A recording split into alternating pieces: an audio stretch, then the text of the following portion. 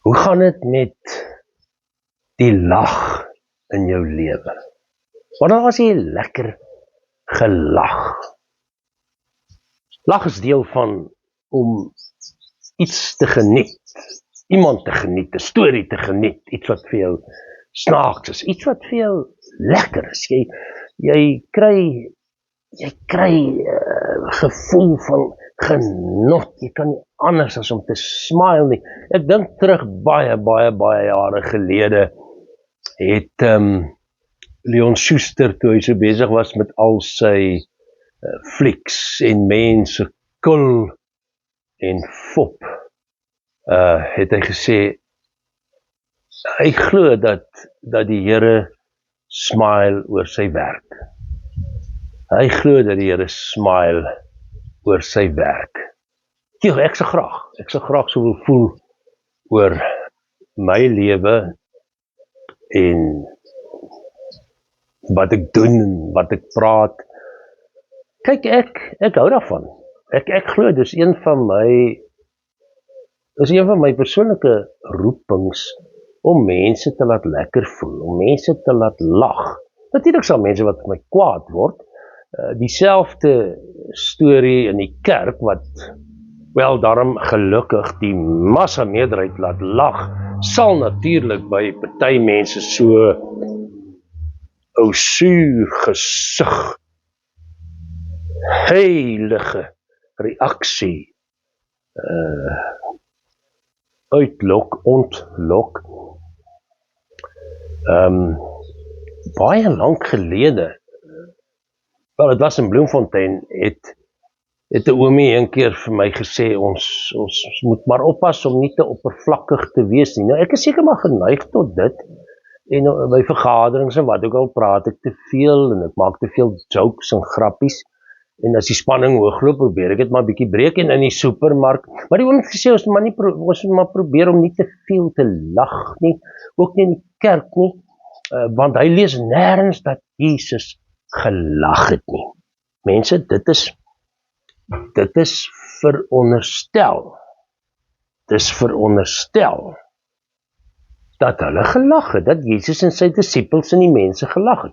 Die Israeliete, die Jode van daai tyd, as jy die rabbies, die geestelike leiers se geskrifte lees, het geskater van die lag. Blydskap was deel van hulle godsdiens. Wel, dit het later het dit skade gelei. Daar het 'n swaarmoedigheid gekom. 'n Swaarmoedigheid. Daarom dat Jesus in Matteus, dat hy kom en hy moet sê, kom na my toe. Kom na my toe, almal wat vermoeid en belas is, ek sal julle rus gee. Hy praat daar van my las is lig, maar hy het in gedagte daar die las van die godsdienst van sy tyd. Die fariseërs, die skynheiliges van sy tyd, die geestelike leiers, die skrifgeleerdes. Ek dink nie hulle het veel gelag nie. Van hulle lees ons maar net hierdie skynheiligheid, suur gesig, swaar wette, 'n geestelike las. Wettisisme, ons was van vir baie lank in die NG Kerk en seker vandag nog in baie kerk en gemeentes gevange van 'n glimlaglose, 'n humorlose erediens of kerk of lewe. Maar goed, kan die duiwel lag? Dink jy die Satan kan lag? Die teoloog Helmut Thielicke het lank gelede gesê, groot meneer teoloog, die duiwel kan nie lag nie, die duiwel is boos. Ek verskil van Helmut Thielicke. Ons lees in Korintiërs, dan kom Paulus nou daar, 2 Korintiërs 11, dan, ek wil net hier vir ons soek, 2 Korintiërs 11, hy praat van vals apostels, mense wat vals is, wat mense mislei en 'n valse godsdienst bring, verkeerde goed oor Jesus vertel. Hy sê in 2 Korintiërs hoofstuk 11, sulke mense is vals apostels. Hulle gaan oneerlik te werk deur voor te gee dat hulle apostels van Christus is. Geen wonder nie, Satan self doen hom voor as 'n engel van die lig. Daarom is dit ook nie snaaks dat sy dienaars, Satan se dienaars, hulle voordoen as mense wat die wil van God doen, maar hulle doen dit nie. Voordoen as engel van die lig. Ja, hy sal smile oor jou sonde. Hy sê jou goed laat voel. Hy sê jou 'n valse blydskap, joy gee. 'n valse gevoel van opwinding, opbruising oor dinge wat verkeerd is. Sonde is mos nou lekker vir die mense wat in sonde volhard. En wel, laat ons nou nie skynheilig wees nie. Hoekom doen ons sonde? Hoekom gee ons toe 'n versoeking? Want dit gee op baie oomblikke gevoel van vreugde. Hebreërs skryf oor die helde van die geloof, dan noem hy daar onder andere vir Moses, en hy noem die geloofshelde, maar hy sê ook vir 'n oomblikse vreugde daar in die Farao se paleis. Hy het dit verlaat om in God se dinge te bly. My eie vertaling. Nee, die duiwel sal grynslag van pyn natuurlik, wanneer jy goed doen, wanneer jy in Jesus glo, wanneer jy nee sê vir 'n versoeking, hy sê jou koggel, hy sal jou spot. Satan spot. Wanneer die Satan by God kom daar in die boek Job, dis 'n spot, dis sarkasme. Het jy gesien God, jou knegt Job? Dis die Engelse woord mock, om te tart. Goed, wanneer ons praat oor blydskap en lag, laat ek net dit sê, julle kan maar self bietjie gaan lees, maar as jy so bietjie gaan kyk in die sielkunde, biologiese sielkunde, lag ontspan soveel spiere. Dis so goed vir jou gesig, dis so goed vir jou liggaam. Hier rondom die ingewande, wanneer jy lag, kom daar 'n stimulasie, hier kom 'n geweldige gevoel van verligting, wat goed is vir die organe, die bloedsomloop, die hart, en vir emosies, gevoelens, om negatiewe gevoelens te beveg. Die sosiale lewe, julle kan maar self daaroor gaan lees. Kyk, daar's 'n verkeerde lag. Daar's 'n verkeerde lag en 'n verkeerde blydskap. Die Bybel praat van spotters. Psalm 1. Hier word daarom ook nou dadelik, val hy net in die psalms, en hy sê, hier is die resep vir ware lewe van blydskap, ware blydskap. Maar as jy nou nie wil blydskap hê nie, as jy nou wil nutteloos, soos kaf, sê hy, wat deur die wind versprei word. Ons maak nie kafpastye nie. Ons het nie kaf, vleis wat ons gaan braai nie. Dit gaan goed met die mens, en die woord is gelukkig, vervul met blydskap, wat nie die raad van goddeloses volg nie, nie met sondaars omgaan, nie met ligsinniges. Die ou Hebreëus, in die ou vertaling het dit so gestel, met spotters saamspan nie. Mense wat ligsinnig is, mense wat spot met God, met Jesus. Daar's met Jesus gespot toe hy aan die kruis was, nee. Kom, jy wat sê jy is 'n koning, jy is die seun van God, kom af, haal jouself af. Hulle het op hom gespoeg, dit was 'n teken van spot.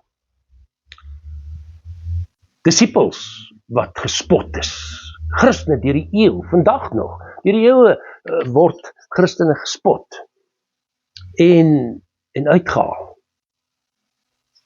En dan sê hy, wat regtig vreugde gee, gelukkig dan is die een wat in die woord van die Here sy vreugde vind en dit dag en nag oordink, die woord van die Here, maar in Jesus vreugde vind. Daarom sê Filippense 4 vers 4, verbly jou in die Here. Dit beteken in die Here se dinge, in sy woord, in sy teenwoordigheid, deur met hom te praat, deur 'n intieme verhouding met hom te hê. Dit is die kern van blydskap. Kom uit God, kom uit Jesus, deur hom. Daai in die Here beteken ook deur hom, hy gee dit. Natuurlik gebruik die Here materiële dinge en gesondheid en verhoudings en liefde in verhoudings en wat ook al en speel en vermaak om ons gelukkiger te maak, om ons vlakke van blydskap te laat opgaan, maar dit mag nie alleen staan nie, dit is maar aanvulling. Natuurlik gebruik die Here antidepressante om weer blydskap terug te bring in mense wie se lewe regtig tot in die dieptes geval het. Maar dit kom nie eerste nie. Die fundament, die wortels, diep wortels is wat Jesus gee, die blydskap wat hy gee. En dan praat van geniet, genot.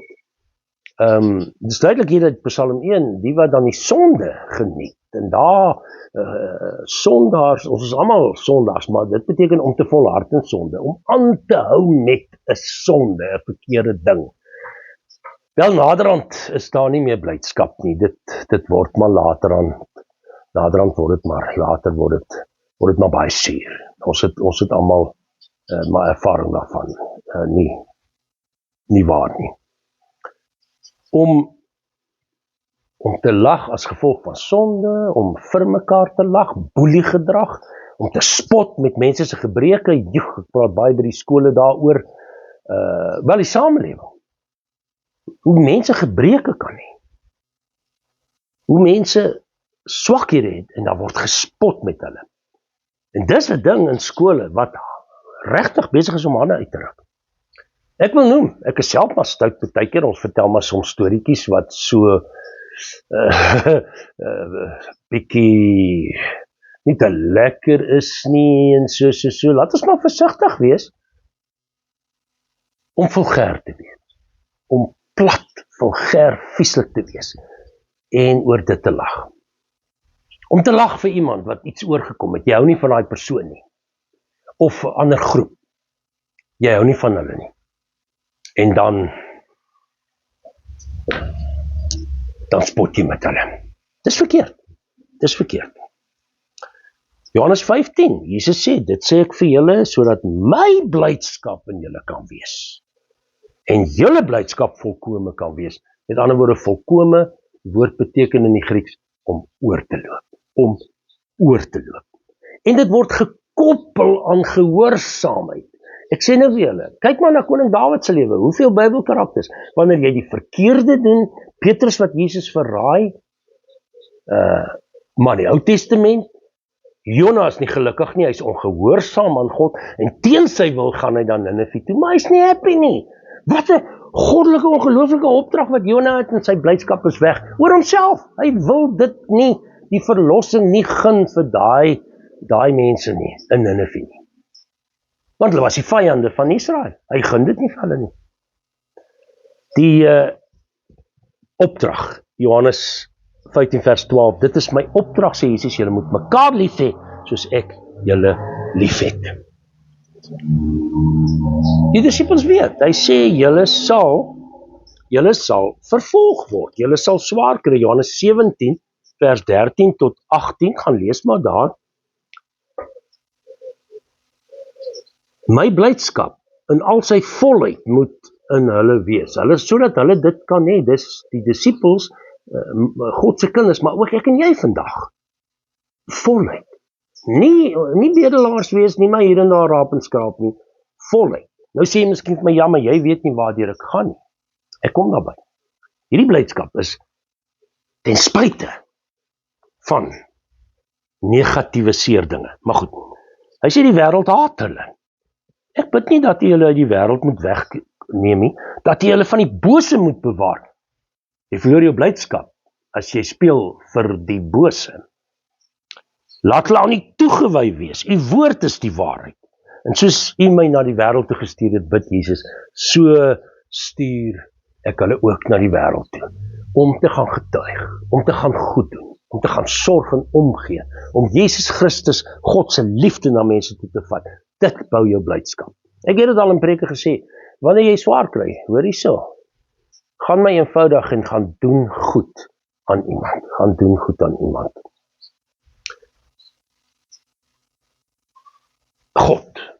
God en blydskap.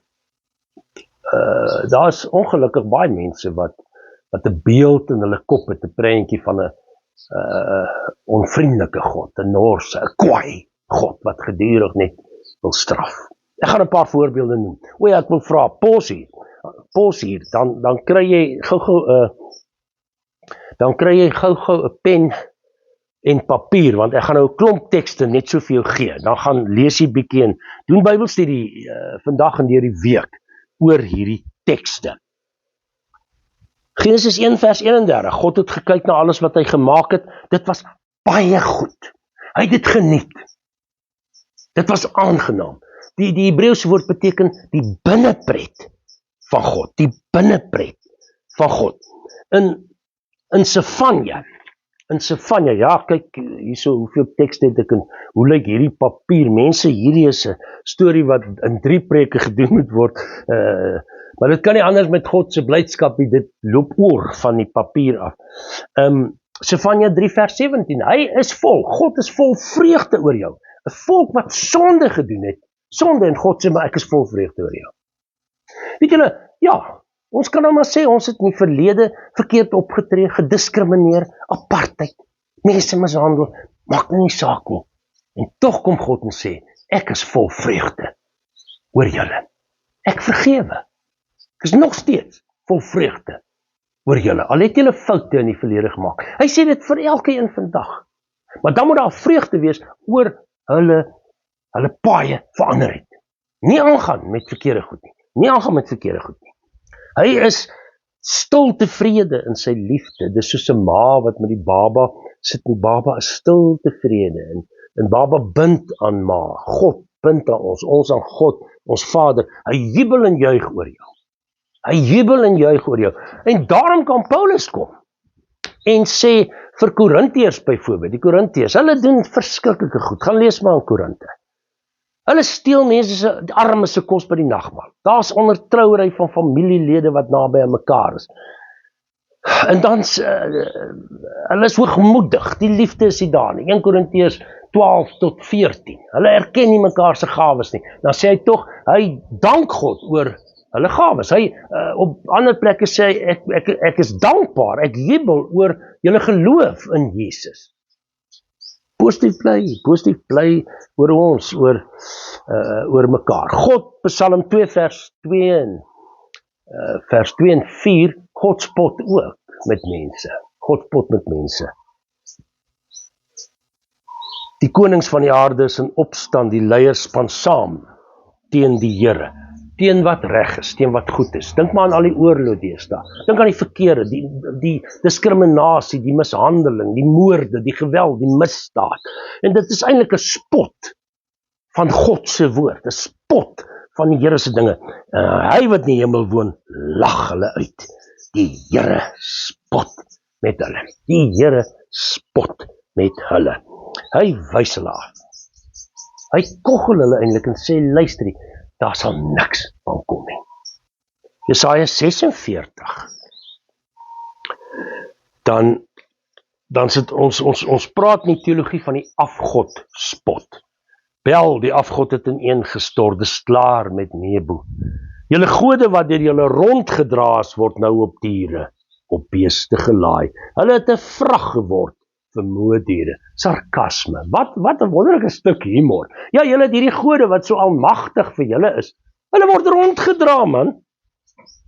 Hulle het ineengestort. Hy sê nee, maar tot julle ouderdom is ek die Here. Ek stort nie. Ek is daar vir altyd. Ek is daar vir altyd. Met wie kan julle my vergelyk? Mense gooi goud uit hulle geldsak uit, weeg silwer op 'n skaal af. Hulle huur 'n goudsmid, hy maak 'n afgodsbeeld. Hulle buig voor hom, hulle tel hom op hulle skouers, dra hom, sit hom op sy plek neer, daar staan hy, maar hy's doof, hy's blind, hy weet niks, hy kan vir julle niks doen nie. Die afgod spot, die afgod spot.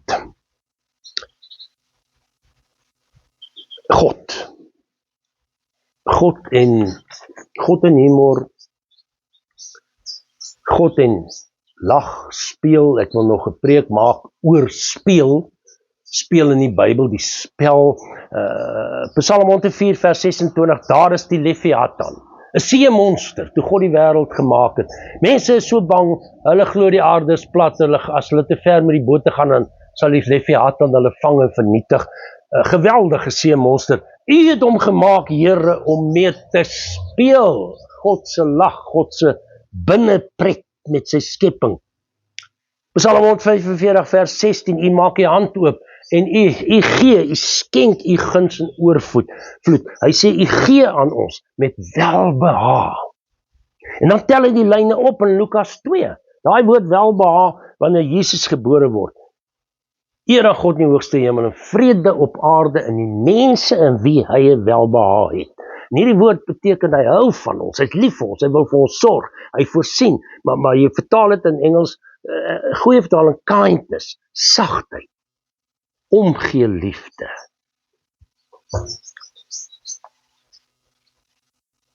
Julle kan self maar gaan soek weer verder in die Ou en Nuwe Testament oor God se blydskap, Jesus se blydskap. Kom ons gaan na ons as mense toe, omdat God, die God van lag en humor en blydskap en vreugde is. Dis tog 'n vrug van die Heilige Gees, né? Vrug van die Heilige Gees. Wanneer die Gees in ons is, kan ons nie anders om blydskap te hê nie. Psalm 126. Jammer, ek weet dis baie tekste, maar julle kan dit weer gaan lees. Toe die Here die lot van Sion verander het, was dit vir ons soos 'n droom. Ons het gelag en gesing. Hy het groot dinge aan ons gedoen. Die nasies het dit vertel. Dat mense kan sê, jy sal kry daai een seer. Al kry daai een swaar. Kyk die wonderlike getuienis. Die blydskap van die Here is nog steeds in daai een se lewe. Verander ons lot, Here, soos u droë spruite in die suidland in waterstrome verander. Wie met trane saai, sal die oes met gejuig inbring. Al juig hy en huil, al loop hy en huil. Die juig is weg, terwyl hy die saaisak dra, hy kom juigend terug. Hy dra die gerwe.